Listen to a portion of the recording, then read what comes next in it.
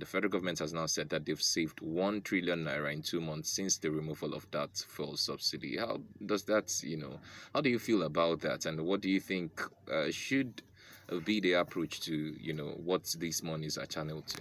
Okay. Before I talk about the money saved from the removal of the subsidy, I want to talk about the NLC. Yeah. No serious-minded Nigerian trusts the NLC. You don't? No, Wow. no. Nigerians, since the days of Oshomole, NLCs and labor unions have ceased to be, for the people. These people have become people put there by the government by directly or indirectly, right? And a lot of times they're given fat, kickbacks, and they just make a lot of noise and then shut up eventually. Now, when was the last time NLC actually conducted a successful, march or protest? When was the last time? When was the last time NLC said we're really going on strike and went on strike? So I want to predict that the strike is not going to hold tomorrow. By this evening, we're probably going to hear news that NLC has called off the strike, and they've reached an understanding with the panel or whatever it is. NLC is not sincere. What's his name, Joe Ajero or whatever he is. He's not sincere. He's not working for the people. He's not standing for the people, right? The last meeting they had at Abuja, Oshomole was the chairman of that party, I think he was.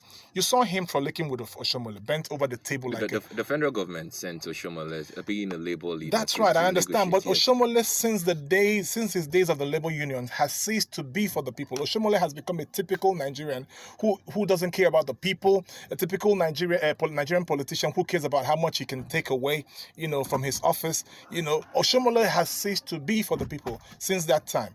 Yes, Oshomole was a good labor union leader.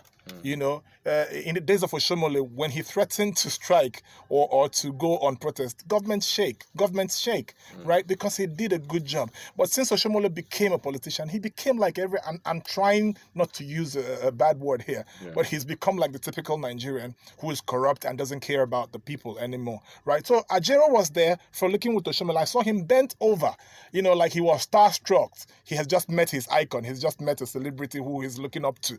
Bent over and talking to Oshomole like a small boy to a big man. He did not have the posture of a labor union leader, right? And so when I saw that image, I knew that nothing was going to come out of this. So they probably walked away from there. I don't have evidence, but they probably walked away from there with fat checks, right? And they came out of there and called off whatever action they were going to take. We want to see a labor union that will be pro the people, a labor union that will stand for the people, without fear of favor, stand and speak truth to the government, right? And this is high time for the labor union to do that. It's really time for the labor union to stand up and actually tell this government that you haven't done well.